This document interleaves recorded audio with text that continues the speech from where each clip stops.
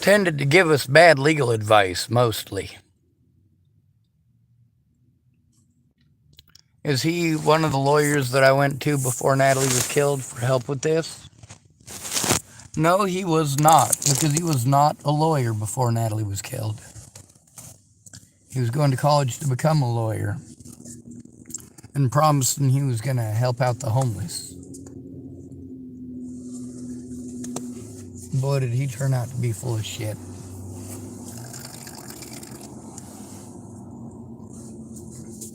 And there are so many people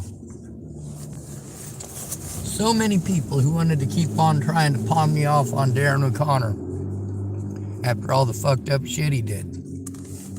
Oh, we haven't gotten into that in this video yet, have we? Let's talk about the good things he did. We were trying to get camera equipment so that we could record the border police victimizing the homeless, which is exactly what Samuel Leon Lawrence IV was doing when he was assaulted by Waylon Lolatai, Officer Waylon Lolatai. This is a long time after he had assaulted me. That's right. Officer Waylon Lolatai had assaulted me. Darren O'Conner took a picture of it. Well, of some of the aftermath.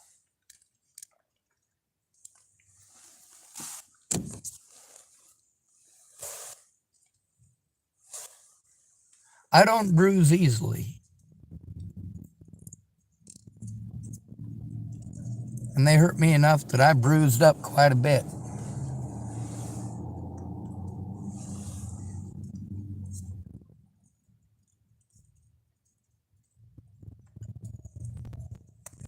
The nasty yellow stuff, you know? Like when somebody smashes you real hard. Got kind of a green tint to it. It just sucked.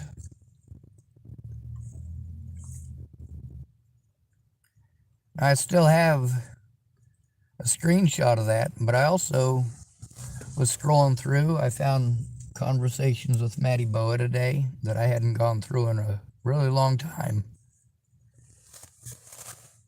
And conversations with a lot of other people that I had forgotten even existed.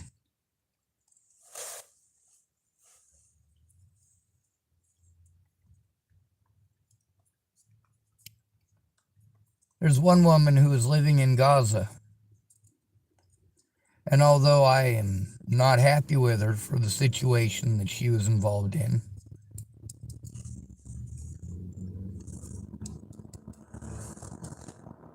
the thing is, I absolutely don't want her to die.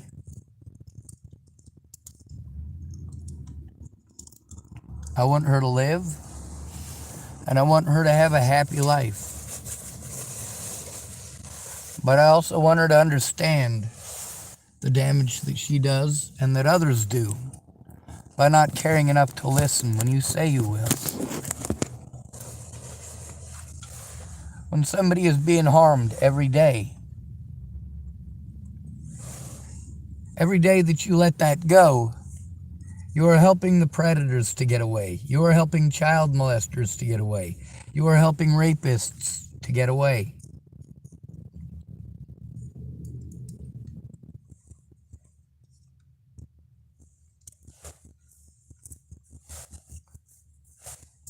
Now Dolene's profile says she lives in the West Bank.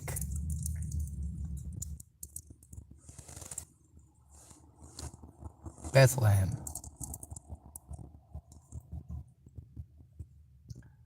Well, that sounds a lot less scary than getting bombed in Gaza right now, doesn't it?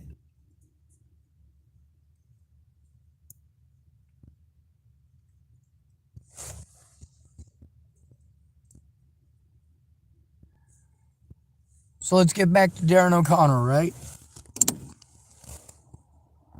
What's so special about this feller? He's the one that got Tony Kovaleski to take a look at the stuff with Waylon Lolatai, who assaulted 7 more people after assaulting me. That's just on camera that they were able to get in requisition. He thought it was okay.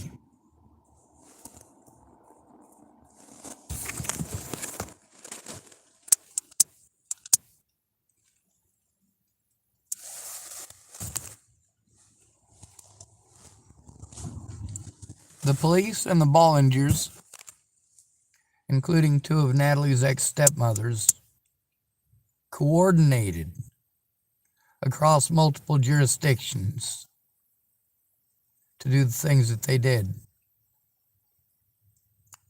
You want to say that's just crazy talk? Well, maybe you should actually look at the evidence.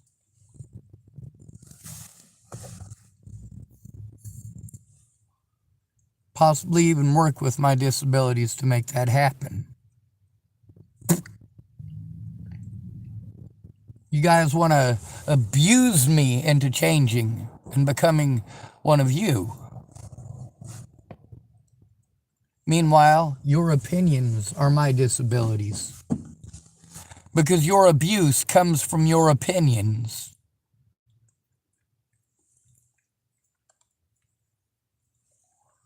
And your opinions come from believing what you're told.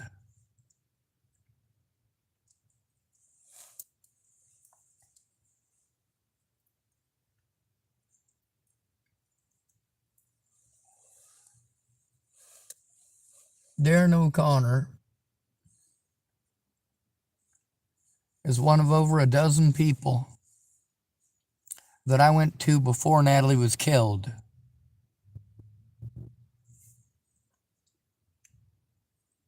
And I don't mean just friends or family. No, I'm talking about people who were police officers, people who were lawyers, and people who were going to college to become lawyers, like Darren O'Conner.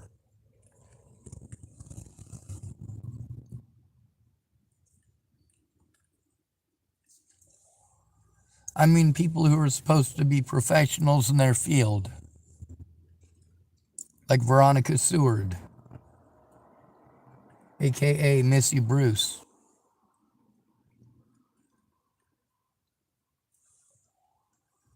Who worked for Region 3 Nebraska and then Region 2 Nebraska.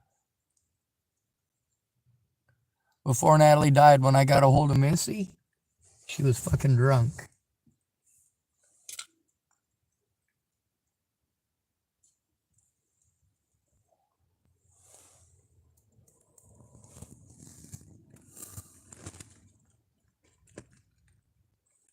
I've had to stay with very abusive alcoholics and drug addicts to try to get help stopping abuse.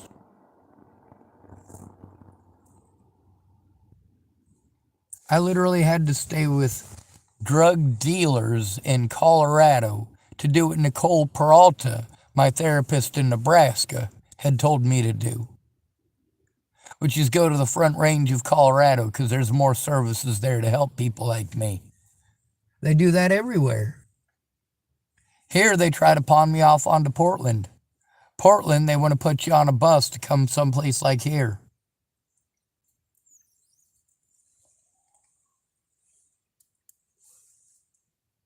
What the fuck are you doing? You won't allow these homeless people a safe place, but you lock them up in jails and prisons just for existing.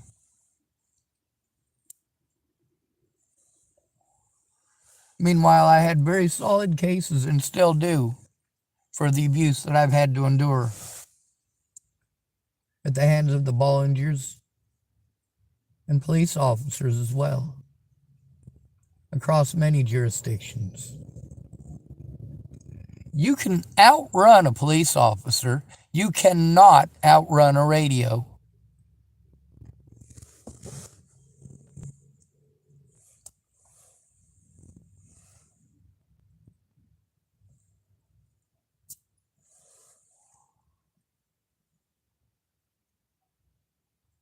What was it in the 1920s and 30s?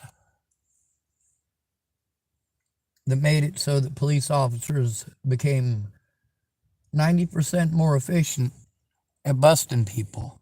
It's called a radio.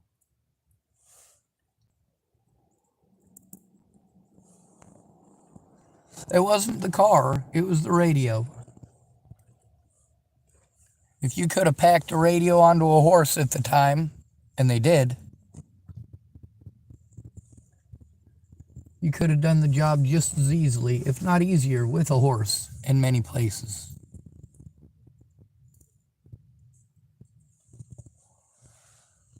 Now we've got cell phones and cell phone technology, plus the office phones. It doesn't take much for one officer to call another officer, does it? It doesn't take much at all.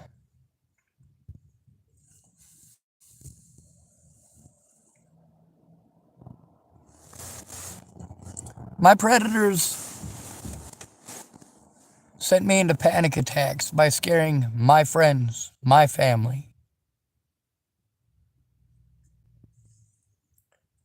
And through doing fucked up shit, manipulative shit, like what Rochelle Shelley Campbell pulled when I was at Candace Bondurant's. Of course I was afraid. And Officer Michael Beard's reaction was horrible.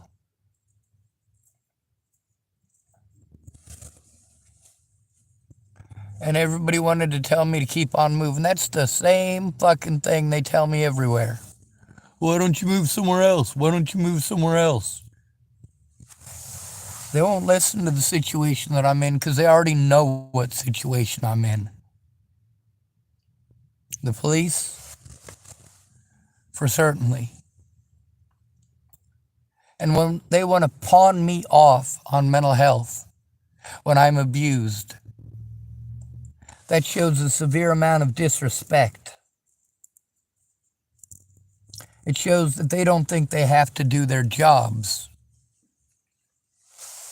It shows that they believe their jobs are optional. They only use the term mentally ill when they want to prevent me from being heard and prevent me from having access to certain rights. And then I'm magically not mentally ill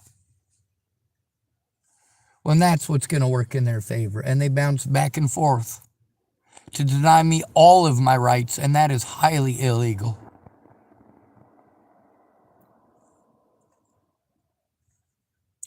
But you don't care because they do it to a homeless man.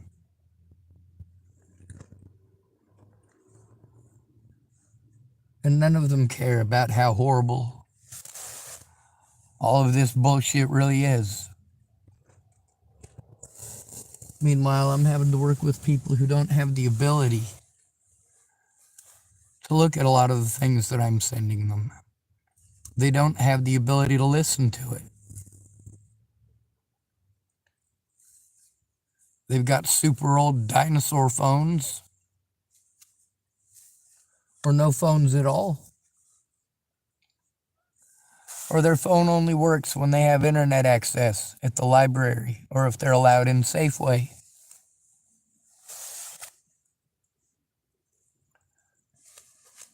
I had to spend $26 to get an external battery so that I could put a charge on this phone. $26. Because I was victimized at Fred Meyer on multiple occasions, including by the Fred Meyer staff and police for being victimized at the Fred Meyer. On the bright side, there are people that were there to see these situations. It is unfortunate that the police did not want to do their jobs and chose not to.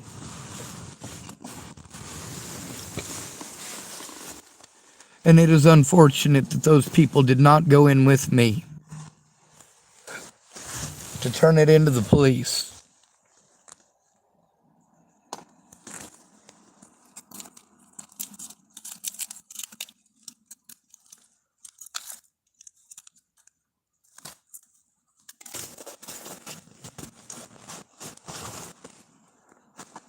Caleb, one of the managers at Fred Meyer's, is a witness.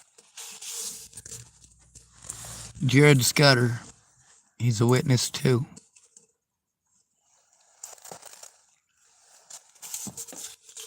This is what happens when your name is slandered in the courts. And everyone, including your own public pretender, does everything that they can to do abso-fucking-lutely nothing. They literally made me try to do their jobs without any money, without any access, denying me the right or ability to contact my lawyers and let them know what was going on.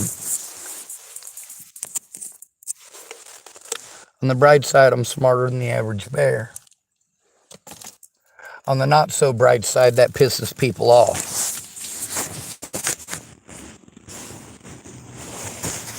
The only way for you to win against somebody who has a higher moral standard than you, and is smarter than you, is for you to gang up on them and prevent them from being heard.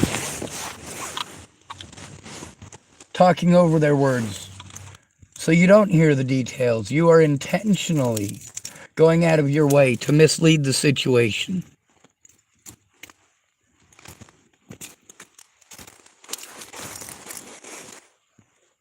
Darren O'Conner, the police, a lot of police, every public pretender, nobody in the criminal justice system is good. Nobody. Not one prison guard, not one jail guard, anywhere in the country. Not one judge, not one prosecutor, not one magistrate,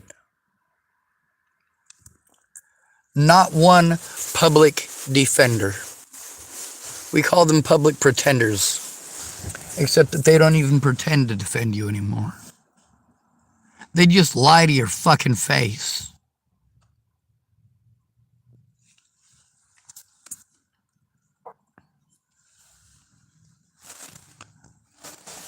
I let Darren O'Conner know that I was in a dire situation on more than one occasion. It took me almost 30 minutes of scrolling through trying to find somebody else before I found Darren O'Conner's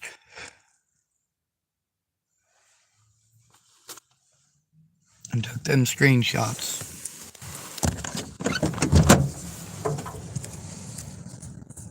Something needs to be done. But I'm denied all of my rights because of the term mentally ill. What am I supposed to do? I'm also denied all of the rights of a mentally ill person. Meanwhile, I didn't get my disability for mental illness. I got it for physical disabilities. So in order for the police to pull their bullshit, they tried pulling the mentally ill tag. That's where I caught them all at the very beginning. Because while I am autistic, I do have Asperger's. I do have Tourette's. I do have obsessive compulsive disorder, which is not what you idiots think. I do have social anxiety. I do have post-traumatic stress disorder.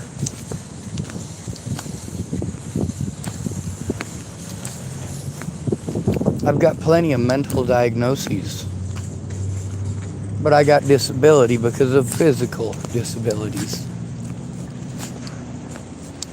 Physical disabilities that hurt me every single day.